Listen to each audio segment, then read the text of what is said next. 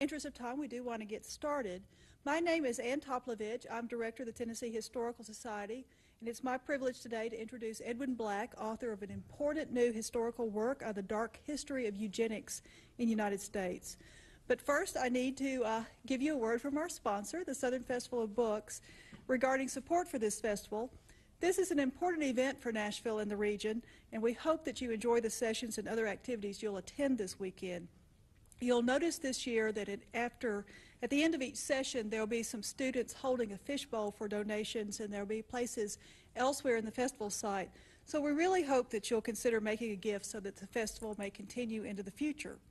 Also, please note that Mr. Black will be going directly to the signing colonnade in the War Memorial Building's atrium after this session, and his book will be available for sale there as well. Edwin Black began his career in journalism in Chicago and also worked as a foreign correspondent in Jerusalem and the Middle East. An award-winning and New York Times best-selling investigative author, his books include IBM and the Holocaust, The Transfer Agreement, and a novel, Format C. His latest book, War Against the Weak, was released early last month. Mr. Black's enterprise writing has appeared in numerous newspapers across the United States and Europe and in the world's leading magazines, from Playboy and Reform Judaism to Der Spiegel.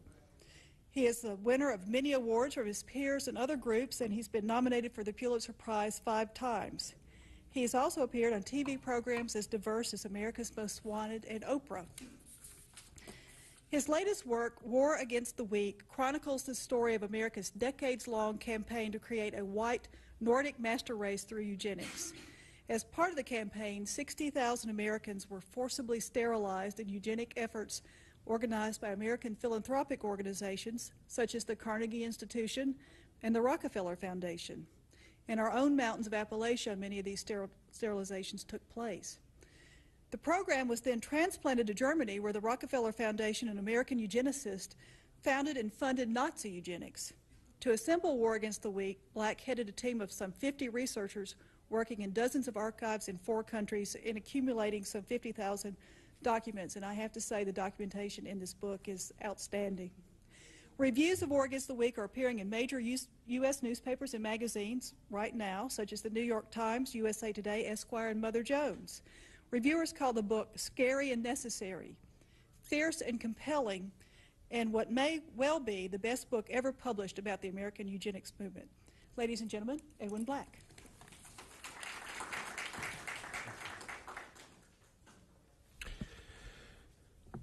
Thank you very much, ladies and gentlemen.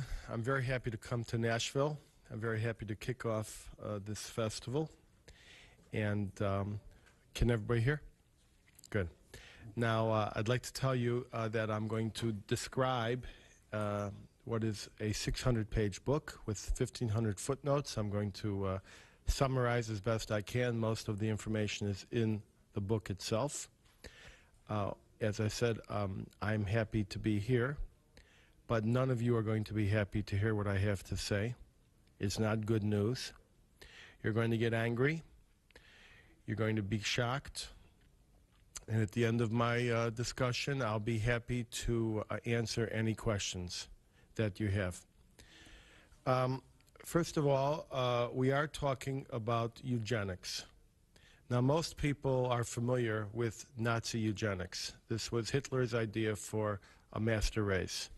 But very few people are aware that the idea originated not in Nazi Germany, but in the United States 2 to 3 years before Hitler, 2 to 3 decades before Hitler came to power, as American eugenicists went on a campaign to create a white master Nordic race, blonde and blue-eyed. Now, what are we talking about? We're talking about the idea of eugenics. Eugenics itself started in Victorian England. There was a scientist, his name was Francis Galton, the cousin of Darwin, Charles Darwin, and this guy Galton had these ideas that if talented, skilled, and wealthy people married other talented, skilled, and wealthy people, they would have talented, skilled, and wealthy children. And he thought by this method, we could improve society. He tried to put a number on this. He tried to find a pattern in this because he himself, of course, was a seeker of patterns. He was actually the inventor of fingerprints. Actually, God invented fingerprints, but he was the inventor of the method of identifying and classifying fingerprints. He was the inventor of various fashions of meteorology and barometric readings. And so he tried to find a way to quantify the idea of a good marriage. And he came up with this term from the Greek that he invented, eugenics, meaning good life or good birth. These ideas were imported into the United States at the turn of the last century, meaning in the early 1900s. Now, what was that time like? It was a time of great racial, ethnic, and demographic upheaval and conflict. What did we have? We had millions of Jews coming in from the East, from Eastern Europe, from Russia, from Poland. We had millions of blacks in the post-Reconstruction and post-Civil War era who were being integrated into United States society. Indians were being integrated into United States society. Millions of Asians had come in from the West as as indentured laborers, and millions of Mexicans were now in U.S. territory as a result of Mexican-American wars, in which we took over a great amount of Mexican territory. And there were a bunch of white guys, some scientists, some wealthy people, men of privilege, people whose names most people don't know, names like Charles Davenport and Harry Laughlin, and they wanted it the way it was. They wanted it the way it was when their fathers were running the country. And of course, when we say the 20th century, we ask ourselves, who is running the 20th century? The 20th century was being run by guys from the Civil War, just as our 21st century is being run by guys in the post-Vietnam era. And these guys from the post-Civil War period brought all of their racist baggage into the 20th century with them. They considered themselves reformers. They considered themselves liberals, progressives, and utopians. And their idea of a utopia was a world in which no one would exist who did not resemble themselves. This all came at a time when Mendel's principles of heredity had been rediscovered and proliferated in the United States. Now, just to refresh you on Mendel's principles of heredity, this is where the peas, there's a blemished pea and a non-blemished pea, and the next generation, some are blemished and some are not. These men thought that the same principles that guided peas guided the development and generations of human life. And they believed that poverty was a genetic trait, criminality, chastity, morality. So, in other words, you weren't born into poverty. Poverty was born into you. And the best way to get rid of poverty and improve the world was to get rid of the people who had this genetic trait. As far as they were concerned, it didn't matter if you took an African, put him in a white toga, taught him to read Latin, and put him in Italy. That did not make him a Roman. That's exactly the type of language that they used. So it was not the character of your family. It was not your wealth. It was not your position or your education. What mattered was whether you were of defective ancestry, racially unacceptable, eugenically unacceptable, and whether your progeny would create more defective individuals for society. And this is what they wanted to get rid of. They believed, that you could breed a better human being in the same way that you could breed a better herd of cattle, a field of wheat, an ear of corn. And consequently, the government agency that put these guys together was the U.S. Department of Agriculture, because they wanted to breed a better species of man also. So these guys obtained immense amounts of corporate philanthropy to back their ideas. I'm talking here about corporate philanthropy engaged in ethnic cleansing. The Carnegie Institution, the Rockefeller Foundation, the Harriman Railroad fortune, pouring the equivalent of millions into the coffers of these gentlemen to establish research facilities on Long Island and elsewhere that would study how best to eliminate all of the defective, unwanted, unfit, and unacceptable types of human beings that they considered eugenically out of bounds. Now, what were some of their methods that they wanted? The first method that they thought about, one of the first, was gas chambers, public gas chambers. Now, remember, we're talking about the first 20 years of the 20th century, and they thought that the best idea was to march these guys into public gas chambers in groups, organized on a township or a county or a village basis, and within a period of time, these guys would disappear. But they concluded that our society was not ready for gas chambers. Even still, some individuals freelanced. For instance, there were mental hospitals in Illinois, one in particular that I describe in the book in Lincoln, Illinois, who fed their new patients milk from tubercular cows, and in so doing infected these new patients, and then they allowed them to sleep in open dormitories to cross-infect the others, and by this method they would have a 30 to 40% death rate of new patients. And tuberculosis, of course, was in that era as bad, if not worse, than AIDS is today. There were other doctors who would leave newborn infants who were defective or deformed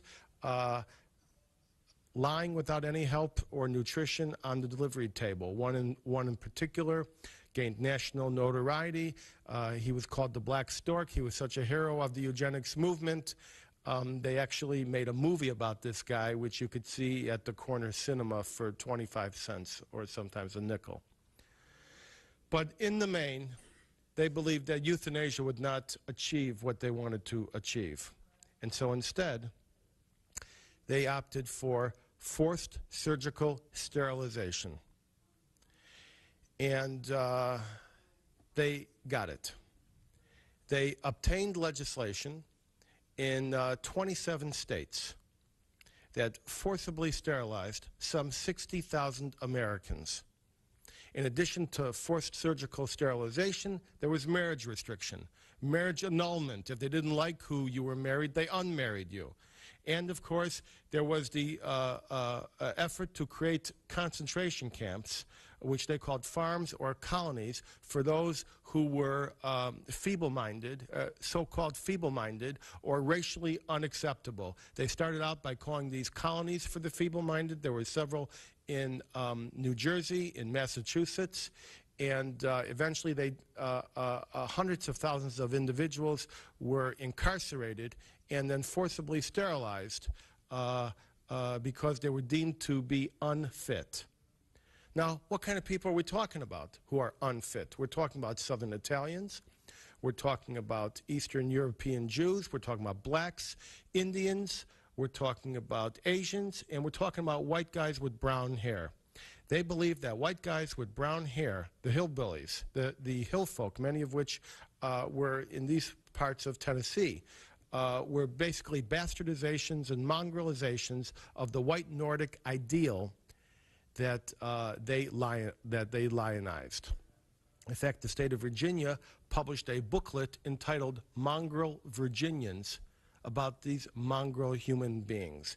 And they came up with a number of ideas on how to identify these people. And one of them was the alpha test and the beta test. It was a mental measurement test. And this mental measurement test might ask a Southern Italian who knew every opera and aria about a Broadway musical. He'd come into Ellis Island, they'd ask him a question about Broadway musicals. You might get a black guy from the farm who had never been to a big city, and they would ask him something about a cosmopolitan magazine. You might get a Baptist kid from rural America who would, of course, course, never smoked. They'd ask them about tobacco ads. They would ask people about tennis rackets who didn't even know what tennis was. And by this methodology, they were able to conclude that 70 to 80% of the Jews were morons, 70 to 80% of the blacks were morons, and these people were worthy of sterilization so that they could not perpetuate their kind. This test, the alpha and beta test, was ultimately evolved into something we know today as the IQ test. It's the same basic test, but it's evolved. Now, there were so many things that were upside down about this. The ophthalmologists of America, if you can possibly believe this, went on a national crusade to identify everybody with a vision problem, find their entire family, round them up, put them in concentration camps, and forcibly sterilize them as a way to improve vision in America. There's a whole chapter about that. They actually took the first step with a bill entered into the New York legislature, although this bill was defeated. Although these laws were in 27 states, there were many people who felt that this was unconstitutional, and so there was a kind of a go-slow approach. And so a fraudulent collusive lawsuit was created in Virginia for the purpose of making eugenics a test case. The state of Virginia wanted to sterilize the mother, the daughter, and the granddaughter of one family. It was a famous case, Carrie Buck, her mother, and her daughter. So the state of Virginia colluded with the court-appointed attorneys for Carrie Buck and wound a fraudulent appeal right up through the Supreme Court. And Oliver Wendell Holmes, who was a staunch eugenicist, ruled for the majority that it is better for all the world, that's a quote, that these 3 generations be sterilized. Quote, 3 generations of imbeciles are enough. And in so doing, opened the floodgates. And ultimately, as I said, some 60,000 Americans were forcibly sterilized, many without even knowing it. Some, they said, were voluntarily sterilized. They would get some girl from the hills of Virginia or Kentucky or Tennessee, and they would ask her, hi, honey, do you like the movies? Do you like the cartoons? She'd say, yeah, I do. Do you mind if we do something to help out your health? She'd say, sure. And they'd say, fine, voluntary sterilization.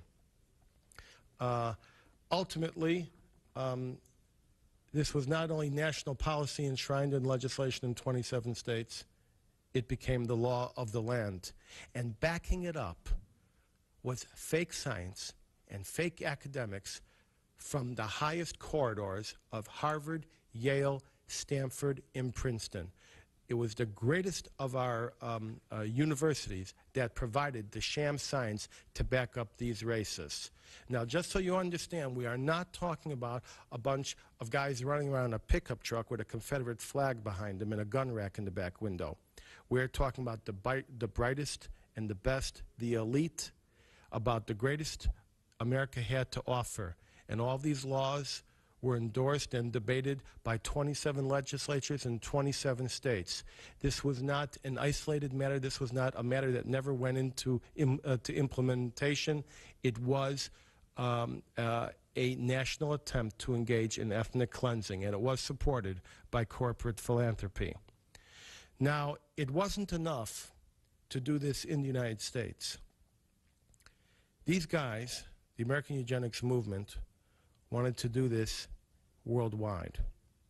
And so the Carnegie Institution began to sponsor pseudoscientific medical journals, international congresses, and research fellowships around the world, especially in Europe, to proliferate our ideas into other countries.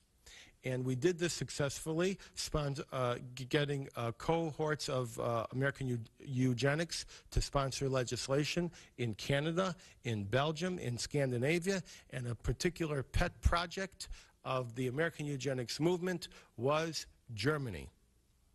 And they successfully transplanted American ideas of eugenics into Germany, into the 20s and ultimately the 30s. And in the 20s, it came to the attention of a guy called Adolf Hitler.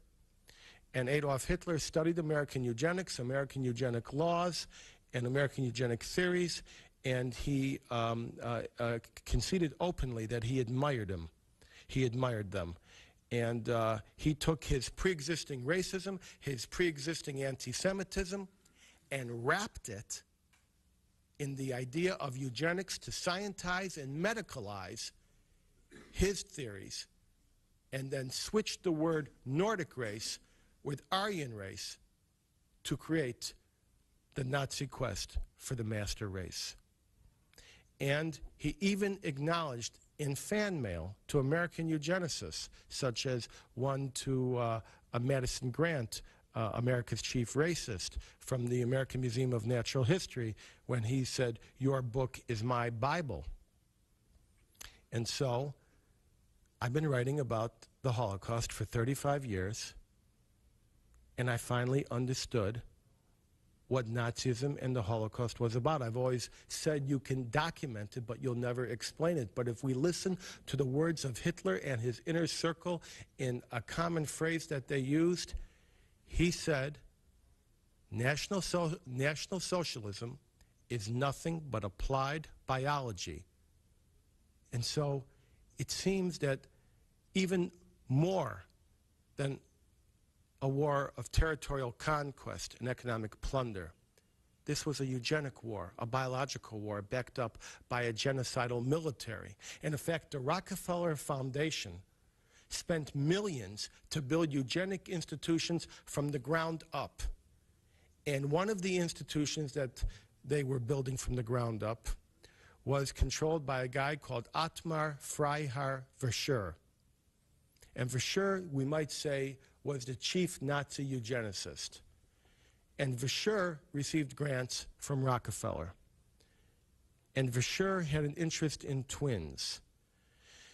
In fact, twin research was the holy grail of research for the eugenics movement, because with twins, you could unlock the mysteries of defective reproduction, and with twins, you could reveal the secret of multiplication of the master race.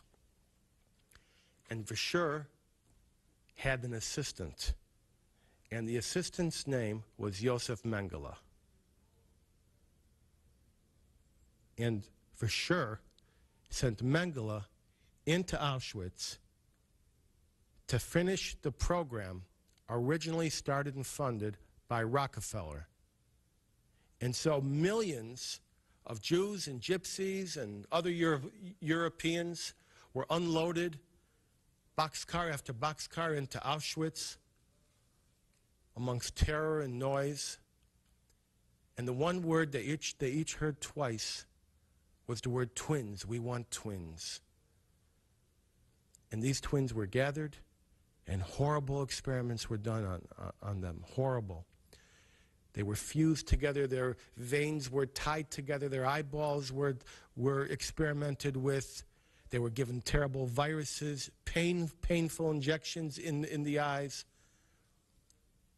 And we have spent a half a century trying to understand the unfathomable nightmare experiments of Josef Mengele.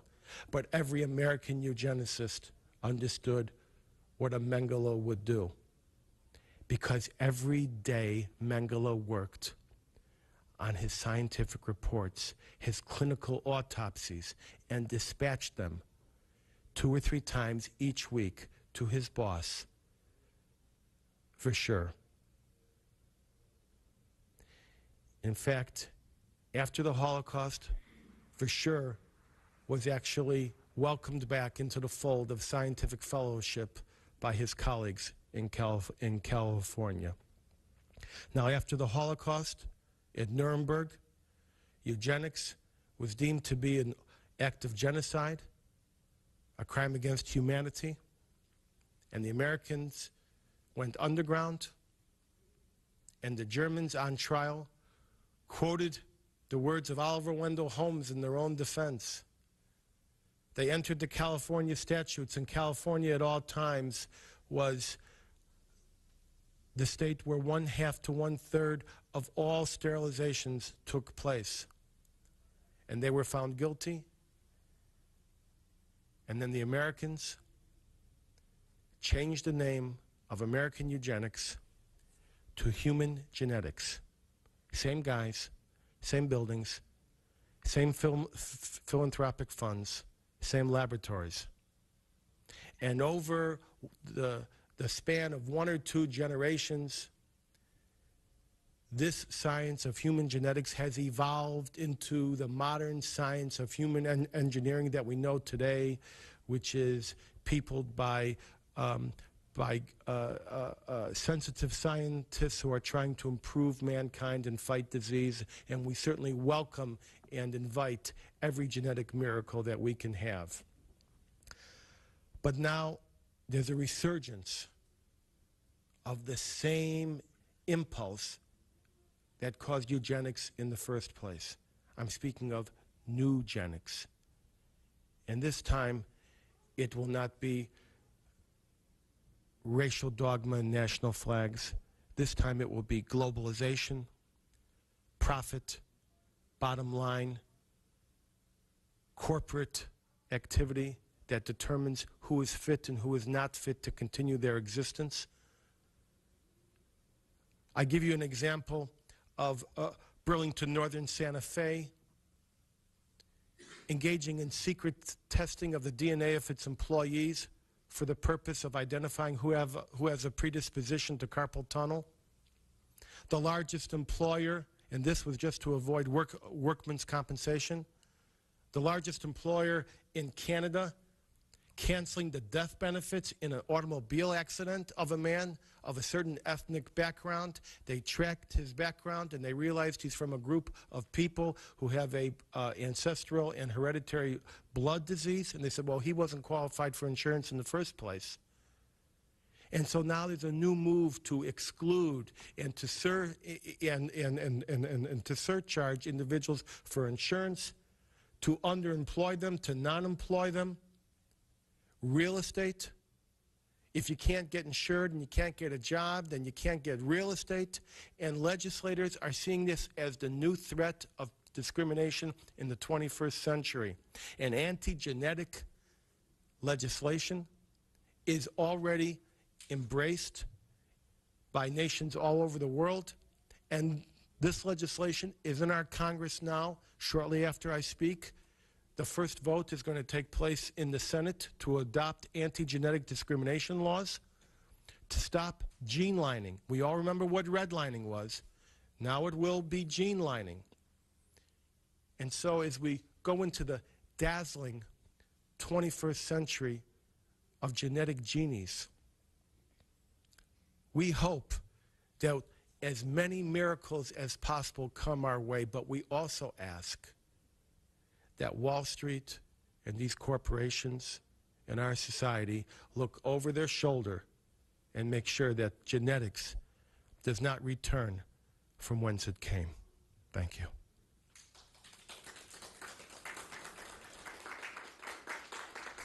And now I'll take questions. And in the interest of the taping, if you could stand up and ask your question loudly, we'd appreciate it. And also I would ask that because we have limited time, no speeches or commentaries, although many of you may be outraged, and I'll just try to answer as many questions as possible. Who has the first question? It's quite frequent that people are just stunned by this information because there's so much there. People are quite angry. Does anybody have a question? Okay, then I'll use my time to give you more information. A lot of people ask whether IBM was involved in this because, of course, my last book was IBM and the Holocaust. And I can tell you that IBM was not involved in American eugenics. That's one of the reasons American eugenics did not succeed at the level it sought to succeed. These family tracings and ancestral records were accumulated on Long Island and elsewhere on index cards and plain paper forms. And as a result of that, there were so many millions of forms and cards that by the time the punch cards came into greater use in about 1920s, there were too many to punch in. And so eugenics in America never achieved the ability to database, to cross-reference all the individuals, because eugenics, remember, wanted to do more than get rid of the individual. They wanted the entire family, and that was the key. And they could never track the family as they wanted to, simply because they lacked the database and capabilities that IBM could give them. By the same token, that's exactly why Nazi eugenics worked in Nazi Germany, because IBM went in there from the beginning and offered to organize the Holocaust, from the identification to the exclusion, to the confiscation, to the ghettoization, to the deportation, to the extermination of the Jews. They organized it in terms of databasing, in terms of systematic file keeping, record keeping, and that's why eugenics worked in Nazi Germany. Now, it's interesting that when I wrote IBM and the Holocaust, I thought that the famous SS race card that IBM developed for Hitler's SS was born in Nazi Germany. Actually, the prototype of this card was developed originally by IBM New York for the Carnegie Institution of Washington in 1928, a half-decade before Hitler came to power, as part of the 1928 Jamaica Race Crossing Project, as the first step along the way to wiping out the existence of all black people on Earth. We should also understand that while most Jewish people and my parents in the Jewish community, my parents who went through it, know that in the ghettos of Europe in the 40s, there would be what they called an action. That means an action. The Nazis would want 10 or 20 or 30 or 40 Jews to kill or to work or to experiment on, and they would just see someone crossing the street and they would grab them. Well, 10 to 20 years before this was going on, they were doing this in Virginia with white people. They were in the back roads of the foothills. The county wagon would cruise up and down. They would see a hillbilly just laying by the side of the road, or maybe fishing or having lunch. They would grab him. They would deem that he was genetically or eugenically unfit. They would find out where his cabin was back in the hills and hollers, get the entire family, maybe 10 or 12 people, commit them all to the Institution for the Feeble-Minded, and forcibly sterilized them all. And this, of course, was officially sanctioned by the state of Virginia. Before I go on with more oppressive, shocking information, does anybody have an additional question? Okay, let's go on further. I'm glad I'm having the opportunity to give you the information. Margaret Sanger was a famous eugenicist. You have to understand, this was not just a movement of a couple of weird guys. This was entrenched national policy, and this was embraced and advocated by the power structure in the United States.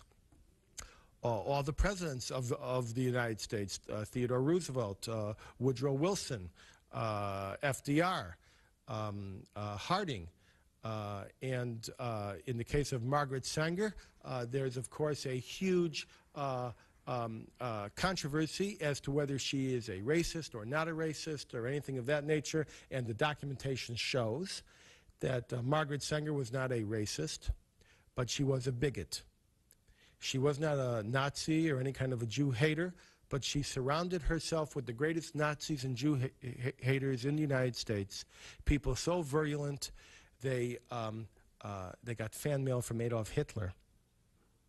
And she did want to save humanity, but only the top 30%. And so terms like human waste and human weeds populated her speeches and her publications as she tried to relieve the teeming masses by ensuring that they stopped teeming. Now, how did I get all this information? Well, I deployed about 50 volunteer and other researchers into some 110 archives and libraries in 4 countries, generating some 50,000 documents, as has been said.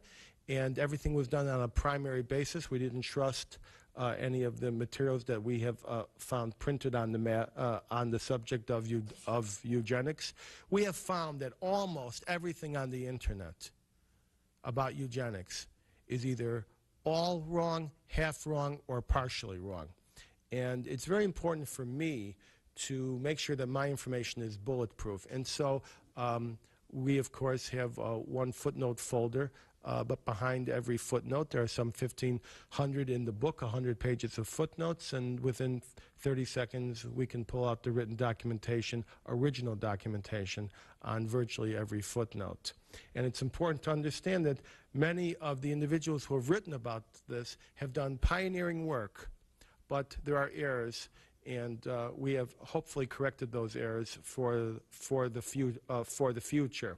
My book only begins the sad saga of investigation of eugenics. I've taken you to this dark, frightening house of horrors, but about half the information that I found was never used. Why? Because eugenics, which was an international movement and a national policy, was implemented on an intensely local basis. And so I could have written 50 books.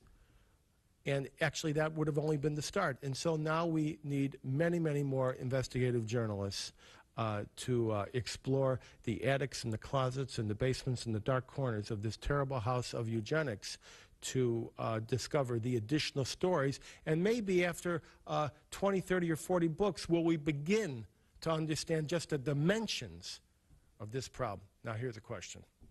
I sort of wondered, I read about the first 75 pages of your book. I'm in the process of reading it now. Were there any well-known figures at the time whose alarm bells went off for them and they were speaking out against this movement? Was there anyone we could point to who said, you know, this is a really bad thing, something terrible is going to happen? That's a good question.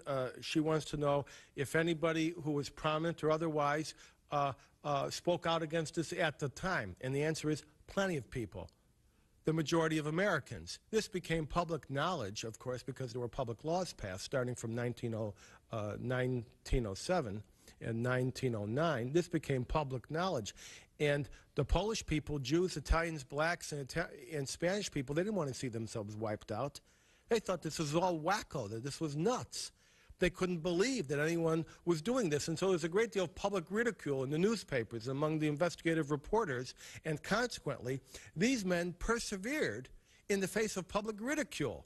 So even as people are declaring that this is sham science, it's leaps of logic, these people are just inventing more and more phony data and phony science to support their racist ideas. And what's interesting is that in 1938, as late as 38, when Hitler is pushing Jews across the borders of Europe to create a refugee crisis, the governor of the state of Connecticut secretly hires one of these Carnegie Institution experts to conduct a eugenics survey of Connecticut and to determine who can stay and who cannot stay based upon their racial profile, their health, their mental well-being. And their plan was to score everybody racially and ethnically and genetically and eugenically, and then to simply expel the ones they didn't like to their ancestral homes in Kentucky, Massachusetts, New York, or perhaps Tennessee. And in so doing, create domestic refugees. So it isn't that people didn't object. It's that these were the men who had a grasp on the halls of power. Sometimes just one man would go on a personal crusade to lobby an entire legislature and enable legislation to persecute and discriminate against so many different types of people. You know, this is what it's important to understand, that if you're willing to get rid of one ethnic group, one minority, you're willing to get rid of them all. And that is why I'm delighted that this book has resonated not only with Jews, but with blacks, with Hispanics, with Asians, and all people who have an understanding that once one man sets himself up as the biological tribunal as to who can live and who cannot live, we are facing a potential for genocide. Is there another question? This gentleman here. How relative do you think this is in today's world, especially with the evolution of our social society? How relevant? Yes. How relevant is this to today?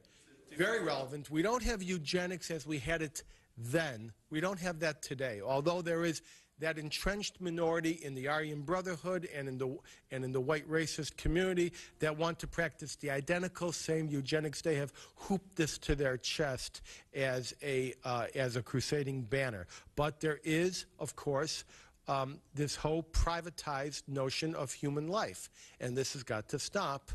There's an 18-month secrecy protection for patents. Human life is being patented. It's subject to NDAs.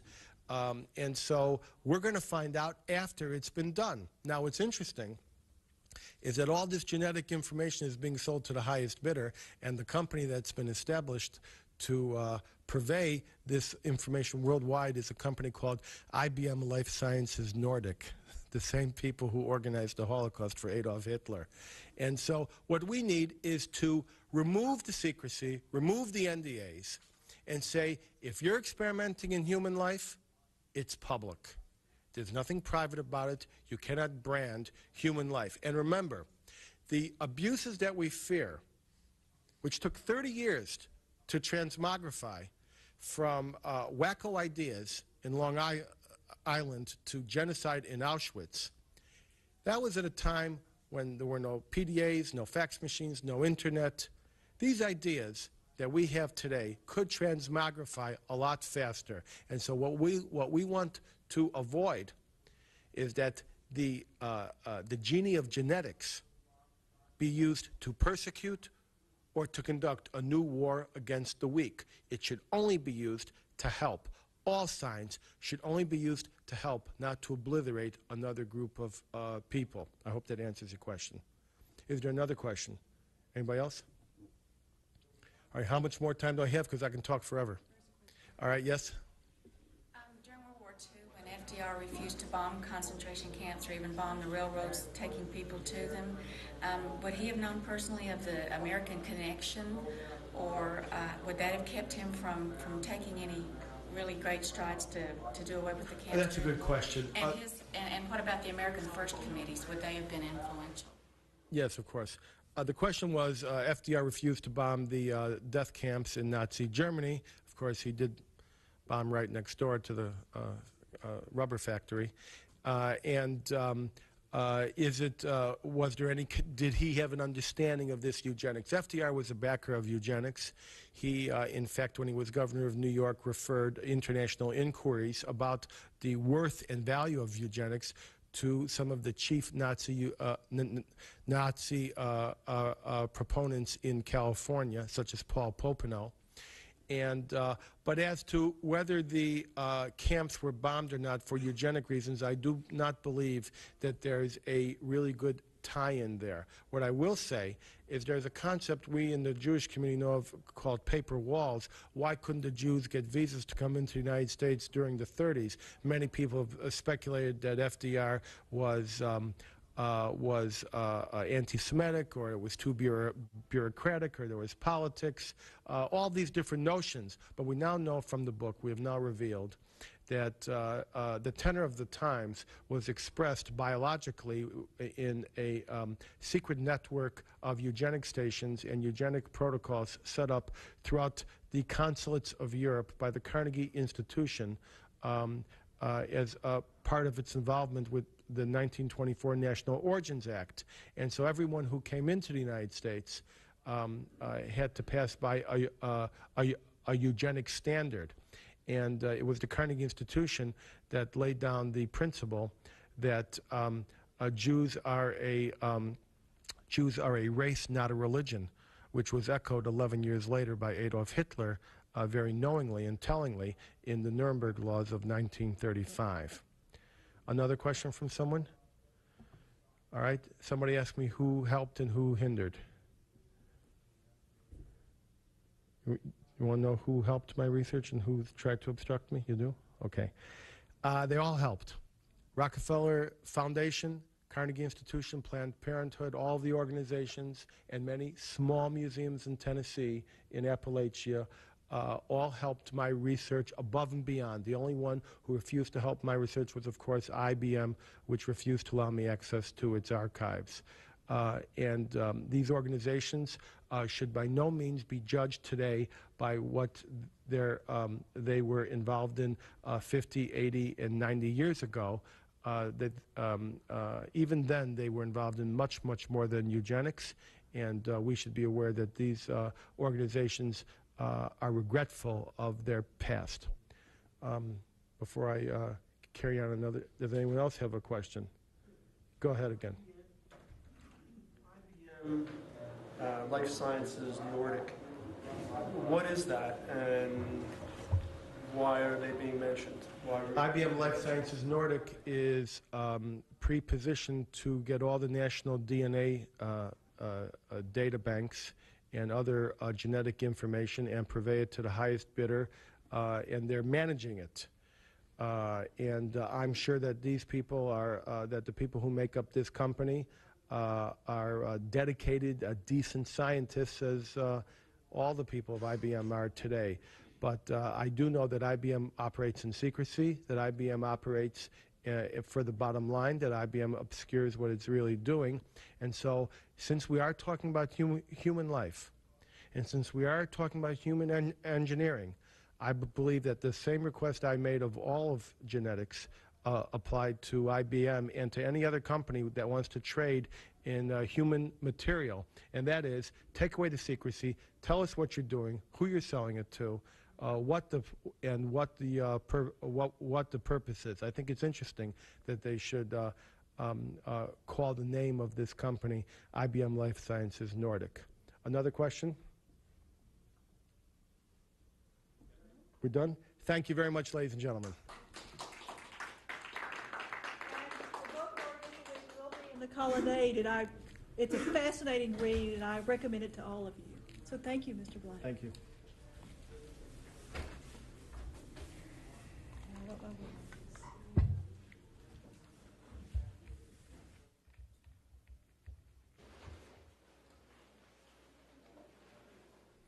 And author Edwin Black is just one of over 200 authors appearing this weekend at the Southern Festival of Books in Nashville.